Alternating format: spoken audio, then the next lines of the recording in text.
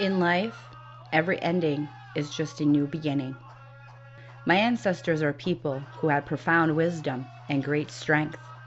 Against all odds, they never gave up the struggle. They always held on to hope.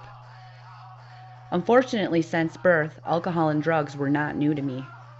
I was born a generational alcoholic addict.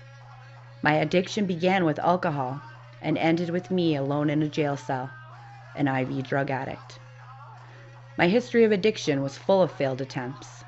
Recovery was not new to me. In that jail cell, I reflected on my past and the person I had become. 9 treatment centers, numerous jail stays, and 4 beautiful children without a mother.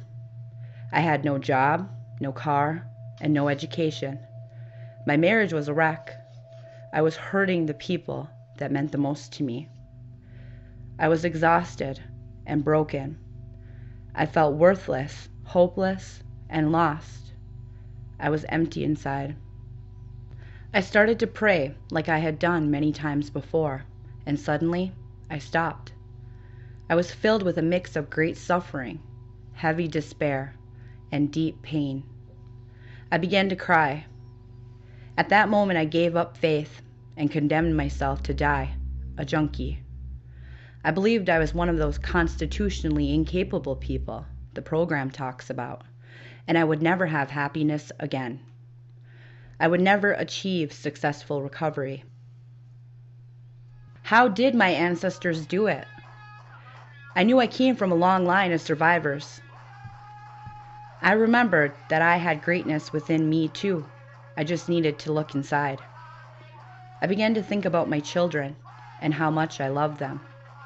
How did my selfishness affect them? What would they do without a mother? I started to pray again. I prayed to my ancestors, help me to find the strength inside. I prayed for direction, and I surrendered my will. Right there and then, I refused to let drugs and alcohol take my life. I left that jail cell filled with hope, faith, and love. I may look back, but I ain't going back.